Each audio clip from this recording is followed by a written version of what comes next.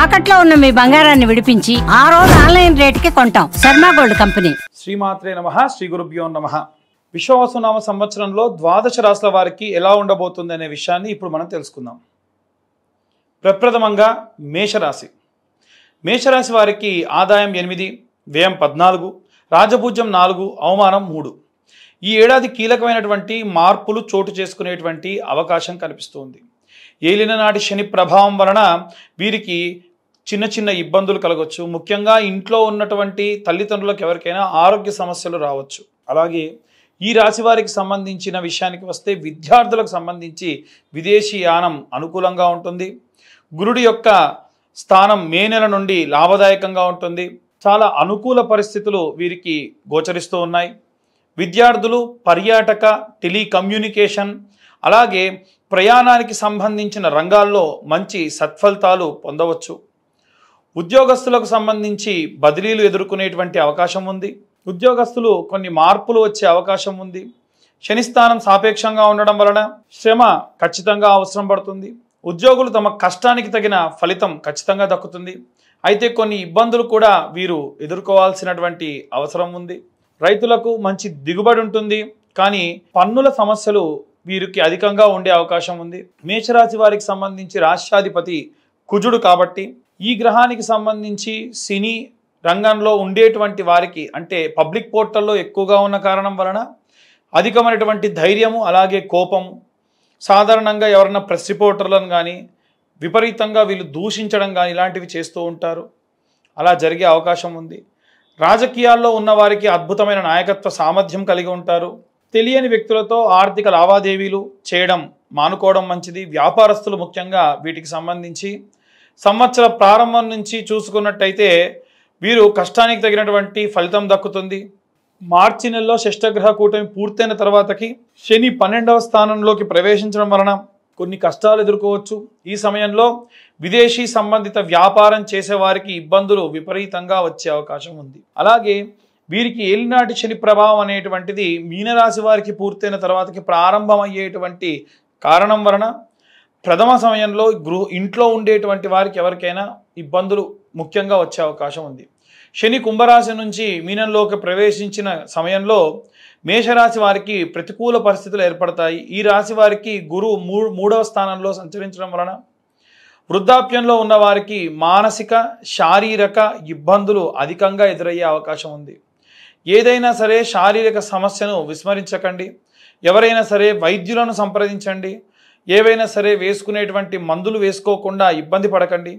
ఈ సమయంలో అవసరమైతే వైద్యులు దగ్గరికి మీరు వెళ్ళడం, లేదా వారిని మీ దగ్గరికి పిలిపించుకునైనా సరే చూయించుకోవడం మంచిది. ఈ రాశి వారికి శని 12వ స్థానంలో ఉండడం వలన ప్రయాణం చేసేటువంటి సమయంలో ఆరోగ్యం పైన ప్రభావం అధికంగా పడే అవకాశం ఉంది. ఖచ్చితంగా ఈ రాశి వారికి సంబంధించి శనికి సంబంధించిన దానములు చేయడం చాలా మంచిది. శని చాలీసా అనేటువంటి మంత్రం ఉంటుంది, అది కూడా చదువుకోవడం మంచిది. రాష్ట్రాధిపతి కుజుడు అయిన కారణం వలన కుజుడికి సంబంధించి శరవణ మంత్రం అనేటువంటిది ఆయనకు చాలా ఇష్టం. కాబట్టి ఈ శరవణ మంత్రం చదువుకోవడం మంచిది. శరవణ భవాయ విద్మహే కార్తికేయాయ ధీమహి తన్నో స్కంద ప్రచోదయాత్ అనేటువంటి మంత్రాన్ని చదవండి. విశేషమైనటువంటి సత్ఫలితాలు పొందుతారు. అలాగే ఈ యొక్క శని మంత్రానికి సంబంధించి ఓం నీలాంజన సమాభాసం రవిపుత్రమిమాగ్రజం ఛాయామార్తాండ సంభూతం తం నమామి శనేశ్చరం అనేటువంటి మంత్రం కూడా చదవడం చాలా మంచిది. ఆంజనేయ స్వామి దేవాలయంలో వీలైనంత వరకు కూడా సంవత్సరంలో, అంటే నెలకు ఒక్కసారన్నా ఖచ్చితంగా ఆంజనేయ స్వామికి ఒక నెల ఆకుపూజ, ఒక నెల సింధూరార్చన, ఒక నెల స్వామివారికి అభిషేకం, ఒక నెల వడమాల, ఒక నెల రోట్టుమాల అని చేస్తారు. ఇంకొక నెల స్వామివారికి ఏవైనా సరే వస్త్రములు కావాలంటే ప్రత్యేకంగా స్వామివారికి వస్త్రములు దొరుకుతాయి, అలాంటివి సమర్పించండి. ఇలా మీ శక్తి కొద్దీ 11 నెలల పాటు చేయిస్తే ఈ గ్రహ సంచారంలో కలిగేటువంటి ఇబ్బందులు చాలా తొందరగా తొలగిపోతాయి. అయితే సంవత్సరం మొత్తంలో కూడా త్రయోదశి నాడు వచ్చేటువంటి శనివారం నాడు త్రయోదశి వచ్చిన కాలంలో తిలాహోమము, తైలాభిషేకము చేసుకోవడం కూడా చాలా చాలా మంచిది. ఇవి ఈ రాశి వారికి సంబంధించిన వివరములు. ఇక అన్ని వర్గాల వారు ఎలాంటి రెమెడీస్ తీసుకోవాలి, ఎలాంటి మంత్రపఠనం చేయాలనే విషయాన్ని ఇప్పుడు మనం తెలుసుకుందాం.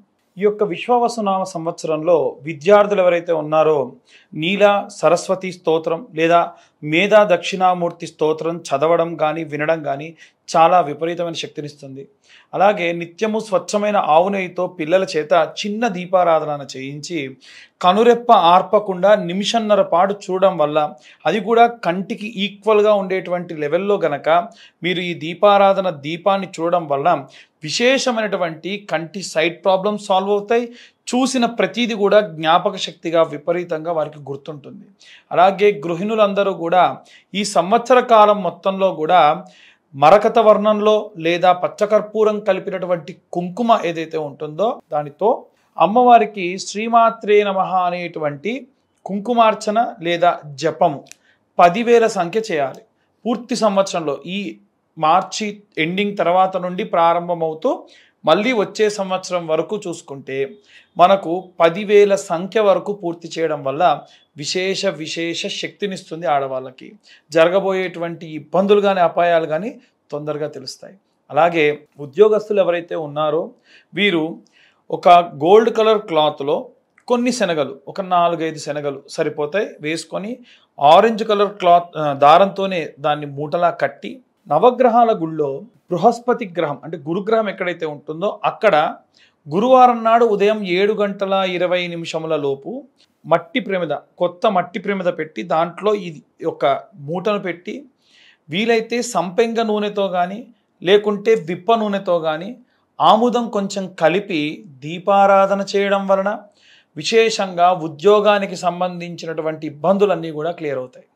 అలాగే ఎవరైతే వ్యాపారం చేసే వాళ్ళు ఉన్నారో సాంబ్రాణి పౌడర్గా దొరుకుతుందండి. ఆ పౌడర్ అలాగే తెల్ల ఆవాలు, ఆవు నెయ్యి 3 కలుపుకొని ప్రతి శుక్రవారం నాడు సాయంత్ర సమయంలో స్నానమాచరించి మీ వ్యాపార స్థలంలో ఒక కప్పుని వెలిగించుకొని, అంబికా ధూప్ కప్స్ ఉంటాయి కదా, అలాంటి కప్స్ ఏదైనా వెలిగించుకొని ఆ పదార్థాన్ని తీసుకొని మిశ్రమం కలిపినటువంటి దాన్ని నుదురు దగ్గర పెట్టి అందులో వేయడం వలన, వేసేటప్పుడు మీ కోరికలు వాంఛలు కోరుకోవడం వలన మీ యొక్క షాప్ దగ్గరికి వచ్చేటువంటి గాలి ధూళి దిష్టి అన్నీ కూడా తొలగిపోతాయి. ఎందుకంటే ఒకసారి వ్యాపారస్తులు వ్యాపారం ఓపెన్ చేశారనంటే శౌచము అశౌచము ఉన్నవాళ్ళు, అలాగే రకరకాల చోట్లకు వెళ్ళొచ్చిన వాళ్ళు, మృతా శౌచంతో ఉన్నవాళ్ళు, జాతా శౌచంతో ఉన్న వాళ్ళు అందరూ వస్తారు. అలాంటి సంభావిత దోషములన్నీ కూడా ఇలా చేయడం వల్ల క్లియర్ అవుతాయి. అలాగే ఎవరైతే ఈ యొక్క సినీ రాజకీయ రంగాల్లో ఉన్నారో వాళ్ళు చండీ హోమం చేయించుకోవడం మంచిది. చండీ పరాదేవత మీకు ఉన్నటువంటి చాలా రకాలైనటువంటి, ఎందుకంటే పబ్లిక్ పోర్టల్లో విపరీతంగా తిరుగుతూ నరదిష్టి విపరీతంగా ఉంటుంది కాబట్టి పోవాలి అనంటే చండీ హోమం చాలా మంచిది. సంవత్సరంలో కనీసం ఒకసారైనా చేయించుకోవాలి. కరుంగలి మాల లాంటివి ఏవైతే ఉంటాయో ఆ మాలలు కూడా ధరించడం మంచిది. అలాగే ఎవరైతే వివాహం కోసం ఎదురు చూస్తూ ఉన్నటువంటి అమ్మాయిలు కానీ అబ్బాయిలు కానీ, అమ్మాయిలైతేనేమో వరపాశుపతము అనేటువంటి హోమం ఉంటుంది. అంటే శివుడికి చక్కెరతోని అభిషేకం చేసి, ఓన్లీ చక్కెరతో అభిషేకం చేసి తర్వాతకి హోమం చేస్తారు. అమ్మాయిలకైనా సరే అలాగే శివలింగానికి అభిషేకం చేసి తర్వాతకి హోమం చేస్తారు.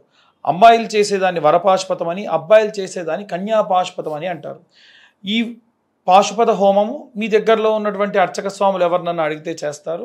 లేదు కావాలి అంటే కింద ఉన్న మా నెంబర్ కూడా కాంటాక్ట్ చేయొచ్చు, మేమైనా సరే చేయిస్తాం. అలాగే ఎవరైతే విదేశాలకు వెళ్ళాలి అనుకుంటూ ఉన్నారో వారు ముఖ్యంగా ప్రసన్న మహాకాళి ఆలయంలో అమ్మవారికి కుంకుమార్చన చేయించి కొంచెం కుంకుమ మీతోనే పెట్టుకొని ప్రయాణం చేయండి.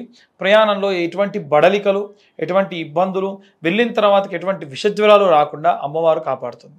అలాగే ఎవరైతే పిల్లల దగ్గర లేకుండా వృద్ధాప్యంలో ఉన్నారో వారు నిత్యము కూడా అసుర సంధ్యా సమయంలో కాలభైరవాష్టకం చదవడం మంచిది, లేదా కాలభైరవాష్టకం వినడం మంచిది. రైతులు, కుల వృత్తులు, చేతి వృత్తులు చేసే వాళ్ళు ఎవరైతే ఉన్నారో మీ యొక్క కులదేవతారాధన మానకండి. సంవత్సరంలో ఇంట ఎటువంటి ఫంక్షన్ జరిగినా అమ్మవారికి ఒక చీర పెట్టుకోండి. చాలు, అమ్మవారు ఎప్పుడు కూడా మిమ్మల్ని కాపాడుతూ ఉంటారు. ఇవన్నీ కూడా గోచార రీత్యా చెప్పేటువంటి విషయములు మాత్రమే. పూర్తిగా మీ జాతకం విశ్లేషణతో మీకు కావాలి అని అంటే కింద ఉన్న నెంబర్కి మీ పేరు, మీ date of birth, time, place పంపించండి. ఈ 2025 సంవత్సరంలో కేవలం 2025 రూపాయలు మాత్రమే ఛార్జ్ చేయడం జరుగుతుంది. పూర్తిగా జాతకంలో లగ్నం నుంచి పంచమ, సప్తమ, నవమ, కోణ, కేంద్ర స్థానాల్లో ఏ గ్రహ సంచారం ఉంది, ఎలాంటి రిజల్ట్స్ వస్తుంది అనేటువంటి విషయాన్ని డీటెయిల్గా మీతోని గంట పాటు డిస్కస్ చేసి మీ జాతకం విశ్లేషణతో చెప్పడం జరుగుతుంది. ఈ పూర్తి జాతకం కూడా 60 నుండి 70 పేజీల్లో మీకు అందించడం జరుగుతుంది. మరొకసారి అందరికీ కూడా విశ్వావసు నామ సంవత్సర శుభాకాంక్షలు. స్వస్తి.